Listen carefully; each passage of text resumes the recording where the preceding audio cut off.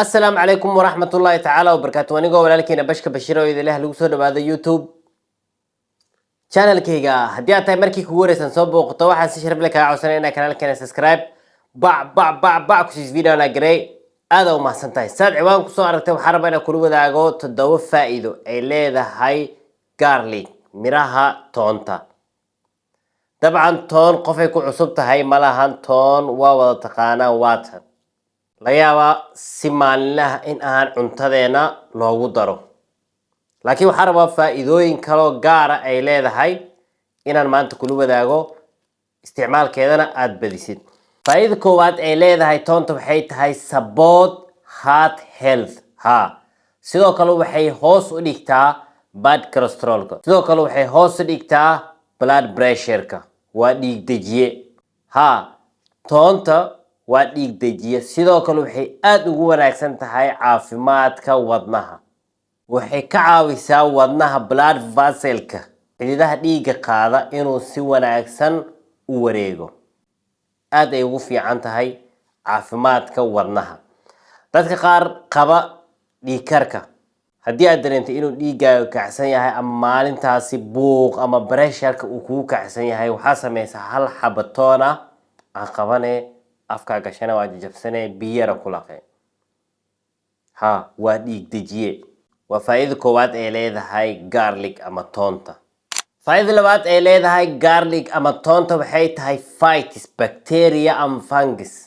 waxay la dagaalantaa bakteeriyada. sidoo kale waxay ka hortagtaa caabuqyada soo socda. wayna la dagaalantaa wayna ka hortagtaa labadaba. okay, sidee ula dagaalantaa sideen uga hortagtaa?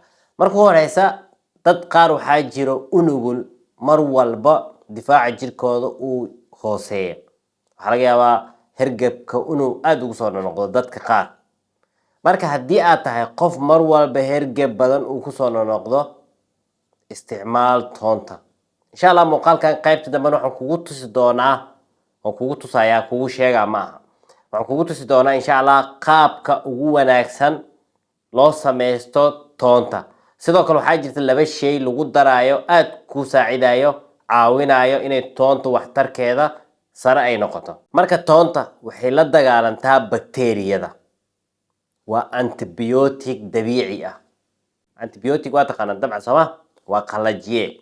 gooryaana ku hayn kara caruurta yaryar dabcan amaba qof weyn aad tahay aad dareemaysid calooshaada in mar walba يعني على المجر waxaa leedahay isticmaal toonta. sidoo kale haddii aad leedahay hergeb soo noqdana isticmaal joogtay toonta. faa'iido saddexaad ay leedahay garlic ama toonta waa slowing and aging. sidoo kale support clear skin and strong hair.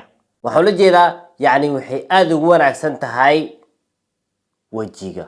dabcan dadka qofka marba uu yara weynaado wajigiisa waxaa laga yaabaa duuduub ama inuu yani isbedel uu ku imaado normally. laakiin waxaa la sheegay waa slowing aging. dadka haddii aad weyn tahay qof weyn aad tahay dabcan da'da lama celin kara. laakiin toonta waxaa la sheegaa waxay support garaysaa caafimaadka maqaarka.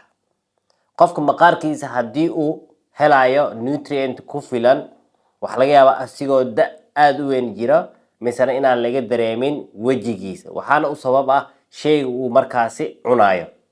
marka toonta waxay aad ugu wanaagsan tahay maqaarka. haddii aad tahay qof yar dad qaar waxaa jirta da'dooda ay yar tahay laakiin wajigii waxay ka noqdeen duq. waxa sababayna waxay tahay cunooyinka uu isticmaalayo. cunooyin waxaa jirta haddii aad isticmaashid adoon da'daada gaarin markiiba aw ekaanaysid qof da'diisa ka weyn. marka toonta ku dadaal. sidoo kale strong hair timaha aad ugu wanaagsan tahay. laga yaabo marar badan inaad aragtay dad dhahayo sunniyaha ma rabtaa inay ku bataan toon qabo kurug xagan timaha space ma leedahay toon qabo kurug. yani waa waxyaabaha loo isticmaalo ay leedahay faa'iidooyinkeeda ay ka mid tahay toonta. maqaarkay ku nadiifine timahaaga ayay kuu soo bixine sidoo kalena adeeg ayay kaaga dhigeen. haddii aad fiirisid mararka qaar waxaad arkaysaa saliido laga sameeyey toonta. sidoo kale kareemo. so adiga haddii aad helaysid midda dabiiciga ah waxaad samaysaa qabo mar walba isticmaal. haddii aad rabtid meel timahaaga ay banaan yihiin, dabcan mararka qaar tintaada oo israacsan meel yar aa banaanaan karta normally. garka xitaa sunniyaha haddii aad rabtid inay kuu bataan mari si yar oo macquula, ku celceli ku celceli, adoo waxaad arkee markii maalin ka dambeysa ay soo baxayaan timahaagii meesha ka maqnaa. faa'iida afraad ay leedahay garlic ama toonta waxay tahay detoxing your body and your liver. waxay sunta ka saartaa jirkaaga iyo sidoo kale beerka. toonta sidoo kale waa nadiifiye, waa antioxidant. antioxidant waxaa la yidhahdaa mararka qaar jirkeena sun ayaa ku jirto, jirkaaga sumoowaayo. so toonta waxay jirka ka saartaa sunta dhammaan. haddii aad dareemaysid inuu beerkaaga ama dadka qaar waxaa laga yaabaa jirkeena mararka qaar horta beerka oo kale mararka qaar waxaa soo gaari karo inuu sumoowo oo beerka cunooyin aan wanaagsan aad isticmaashid, saliid leh, wax lagu dhihi karaa beerkaaga aad dufan leh. so beerka wuxuu u baahan yahay markuu saas yahay iclaaj in la daaweeyo. so toonta waxay ka mid tahay cunooyinka aadka ugu wanaagsan sunta ka saara beerka iyo sidoo kale jirkeena.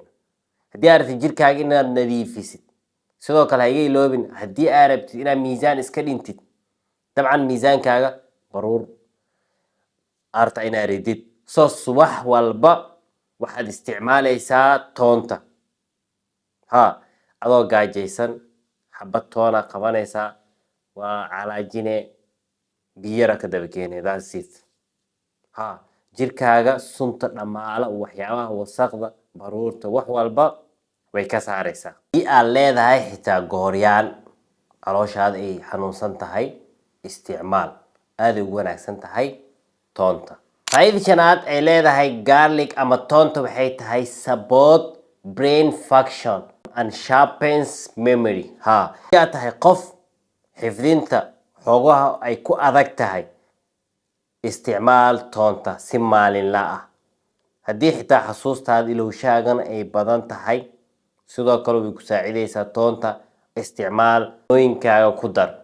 toonta waxaa laga yaabaa dabcan inaad yara dhibsanaysa mararka qaar maadaama ay riixadeeda ay ur leedahay. haddii aad cuntid laga yaaba dadka qaar inay dhibsanayaan urtaas.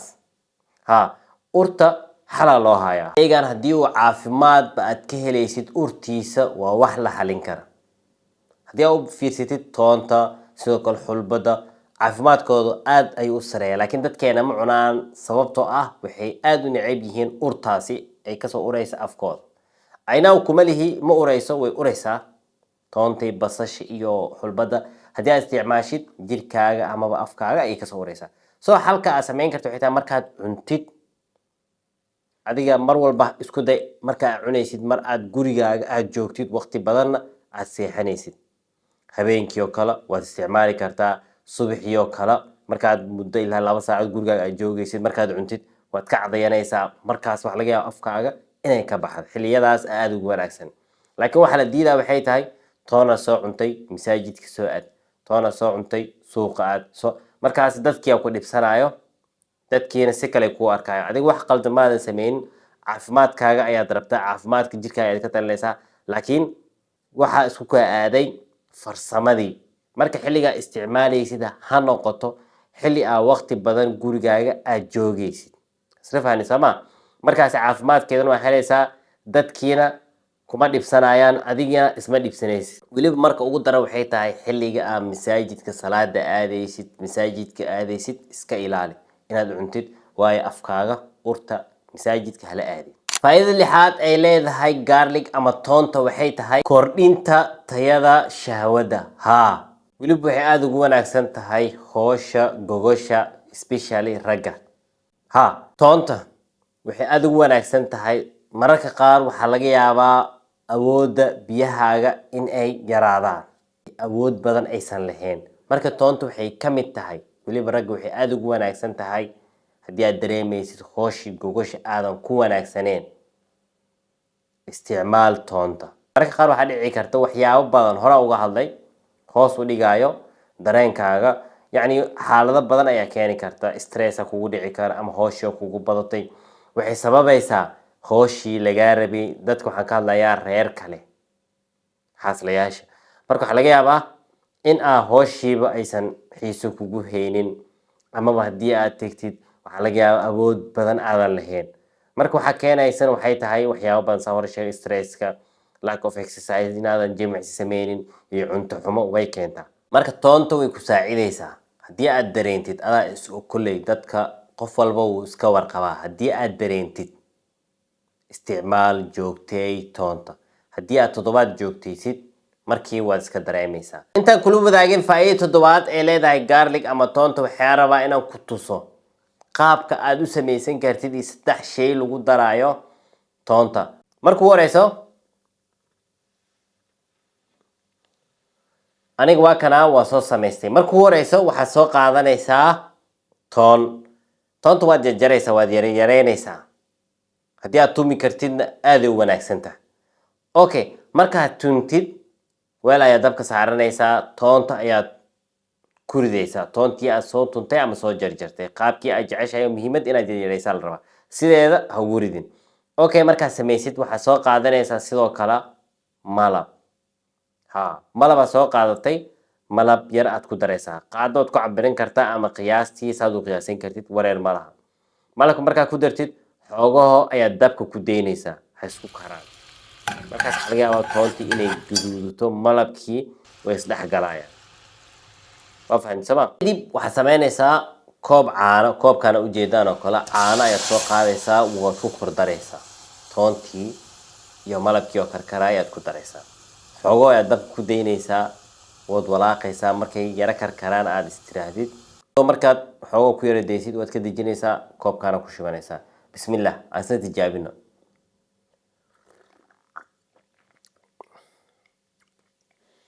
xitaa markaad malab ku dartid urtii badneeda toonta way yaraanaysaa, waayo malabku wuu caraf badan yahay. sidoo kale caano markaad ku dartidna, caanahana dabcan dee waa macaan, malabku waa macaan, sidoo kale caraf. toonta markaas urtii badneed way ka yaraanaysaa. waxaana aada u wanaagsan aad isticmaali kartaa markaad caanaha ku dartid xilliga habeenkii. habeenkii adoo gurigaaga joogo markaad cashaysid, koob saa hadda kuu sheega u samayso, really waad ka helaysaa. waana macaan, waana caafimaad.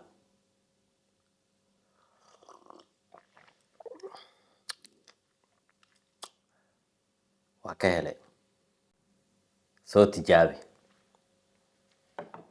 faa'iido 7 ee u dambeysa ay leedahay garlic ama toonta waxay tahay gives you more power. awood aada u fara badan aada howl ku qabsan kartid. sidoo kale waxay yareynaysaa daalka iyo tabardarida.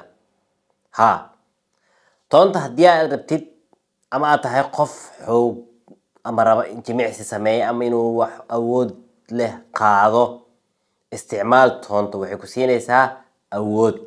haddii aad tahay qof daalan mar walba, tabardari, yacni kaslaan, caajis aad dareemaysid, toonta aaday ugu wanaagsan tahay, isticmaal. waxaan jeclaystaa inaan idinla wadaago 7daas faa'iido ay leedahay toonta. toonta faa'iidooyinkeeda aad ay u fara badan yihiin, 7 keliya maahan. waxaa laga yaabaa adiga daawanaya muuqaalkan inaad taqaanid faa'iidooyin aan aniga sheegin, aad adiga u isticmaashay oo lagu najaxay. si aan kaaga faa'iidaysano waa inoo muhiim qaybta commentiga noogu soo qor, si aan anagana marka dambe haddii aan u baahno aan u isticmaalno. sidoo kale muuqaalkan faa'iidada leh keligaa aysan ku ekaanin, la wadaag walaalaha kale ee khayrka jecel. haddii aad tahayna markii kugu horeysa aad soo booqato, kusoo biir tiimkan quruxda badan, jecel mar walba inay soo gudbiyaan waxyaabo bulshada faa'iido leh. inta kulmi doono muuqaalka xiga, waxaa idin leeyahay wassalaamu calaykum waraxmatullaahi tacaala wabarakaatu. peace and love. nabadaan ka shaqeyn. salaam.